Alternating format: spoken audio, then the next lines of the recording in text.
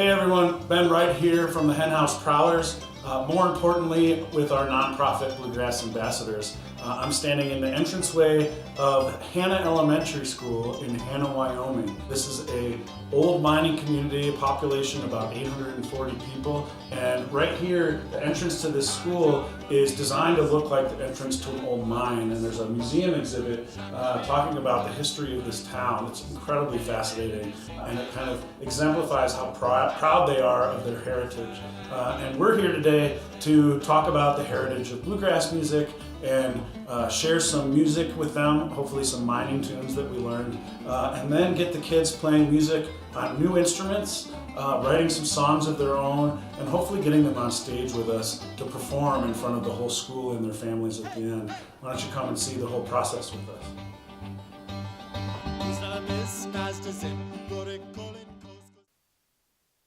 I'm Mark Shipp, principal of Hanna, Elk Mountain and Medicine Bow Elementary Schools. I feel there's a need for this kind of programming just because, school isn't just inside the four walls. Kids need to have experiences. They need to learn about the world around them.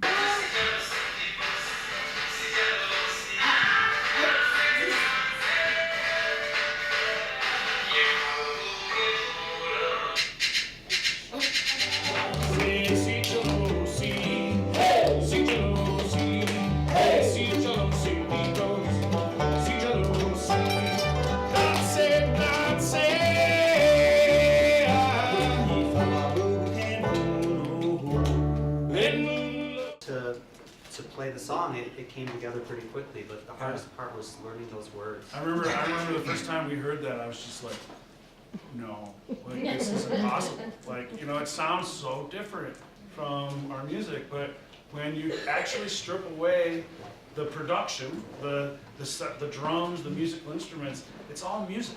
And music is this language, just like Luganda or English, and we were able to strip it down and realize it was 3 easy chords that we played. It was G, C, and D, over and over and over again. There was nothing complicated about it. It was a matter of doing the homework and learning the sounds, and then we got together, and I remember that moment we were like, well, this is easy. Once we learned the words, it was easy. They need to learn from other people besides their teachers. They need to have a variety of experiences. Now we need to kind of combine the two together. So let's try, without worrying about the left hand, the neck, let's try again with the thumb. So.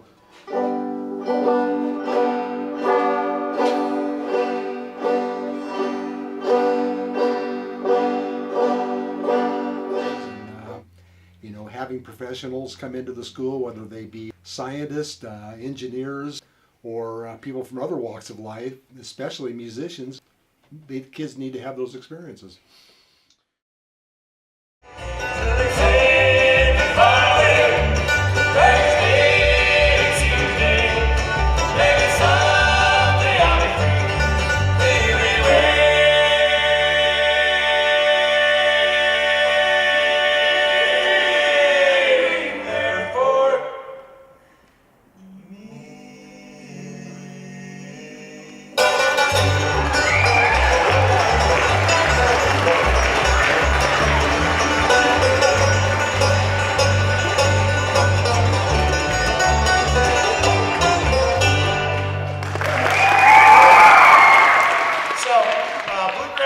How many people here have heard of bluegrass music before? All right, that's great.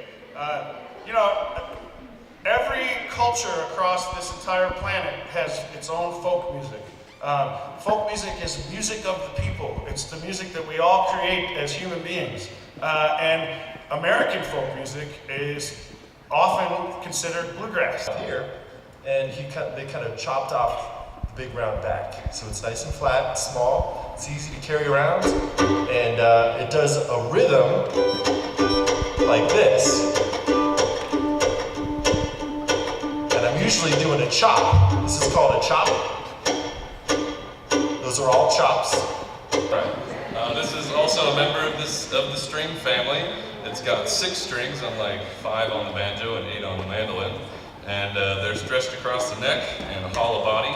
And as I pull this pick across the strings, it vibrates the whole thing. It makes a lovely noise.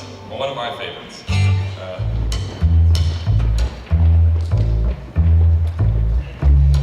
while Kyle and Chris do the chick, I'm doing the boom.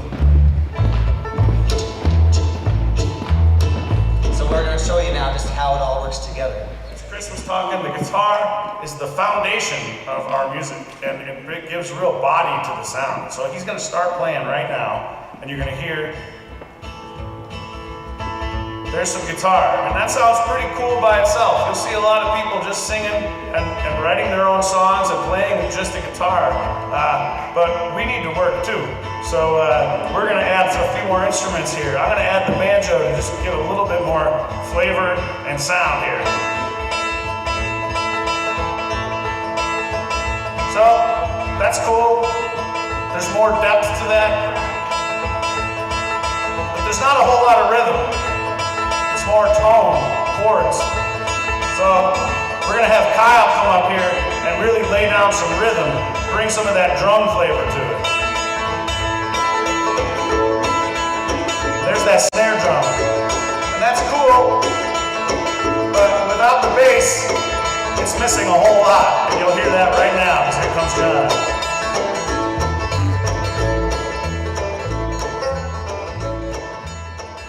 I would definitely do this again in a heartbeat. Every year if we could. Twice a year if we could. My name is Kit Felton, and I'm the music teacher at Hanna Elementary, K through 6, and also band.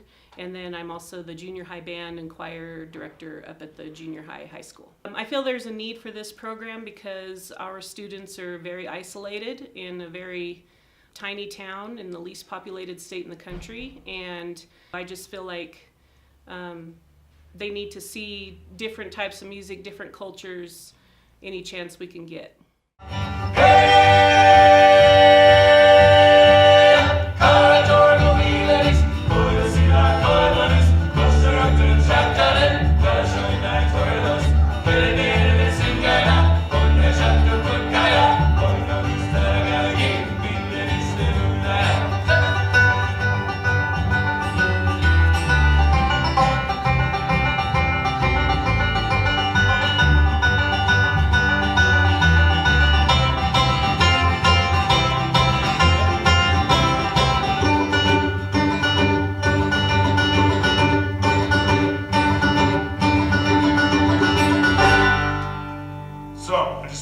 We normally don't take a break right here, but I want to point out, one of the cool things that we do on these trips is we try to bridge the gap between their music and ours. And clearly that song is a different time signature than the kind of music we make.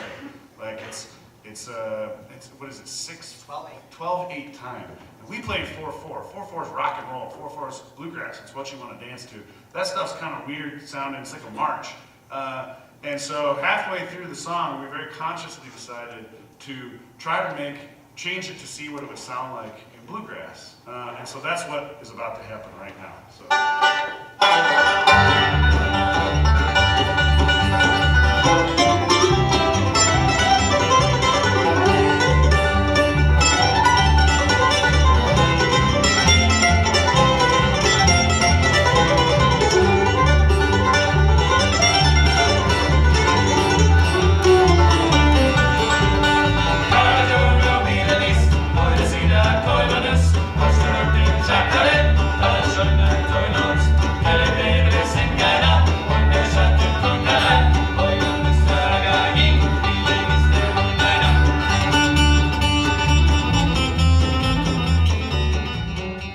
We attained funding for the programs through a variety of ways. First of all, I worked with the Hen House Prowlers on a grant that they submitted to the Foundation for Bluegrass Music, and that provided a great deal of the funding.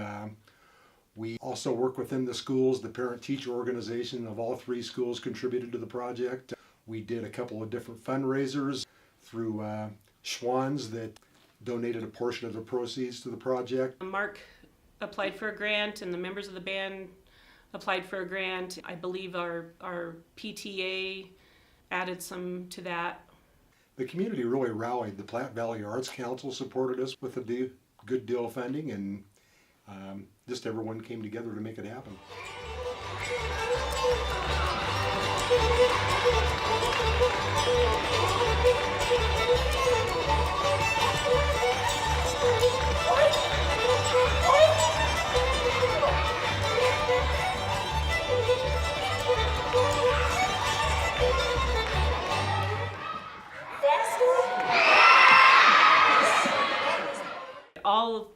age levels were they were totally involved through the entire time. Even the high school kids on down to kindergarten. They ended up learning new instruments that they'd never known about before. They heard amazing musicianship from all of the members of the band. You can see it in their faces. They were just totally enthralled with everything that's happened over the last couple of days. And these are experiences they're going to take with them. 20 years from now, they're not going to remember the Y-top assessment that they took in 5th grade. I guarantee you they're going to remember the song that they wrote and perform for an audience. Pizza and potatoes make me so happy. Pizza and potatoes. I eat too much, I get full and nappy. We just had a blast with you guys, and I was just so impressed with, like I said, how you guys could relate to kindergartners and keep their attention all the way up to seniors in high school. It was just easy for you guys. You guys should all be teachers too. I truly was just very impressed with everybody. You guys were wonderful to work with. You were very professional, and the quality of musicianship just really inspires me, and hopefully it'll inspire all of our students as well. For any schools that are interested in this kind of programming, just absolutely go for it. Like I said before, kids need to experience things outside of the classroom. They need to have experts from fields come into the classroom and learn from them, and it's our job to give them those experiences.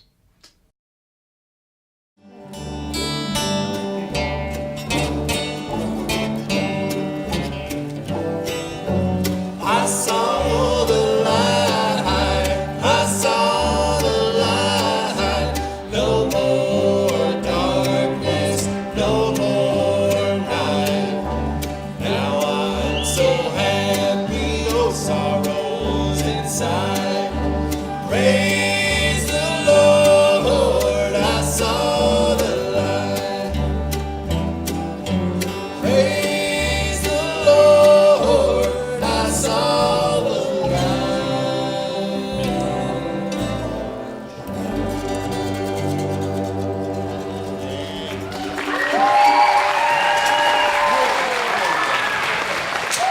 This is the Miners House Band, everybody.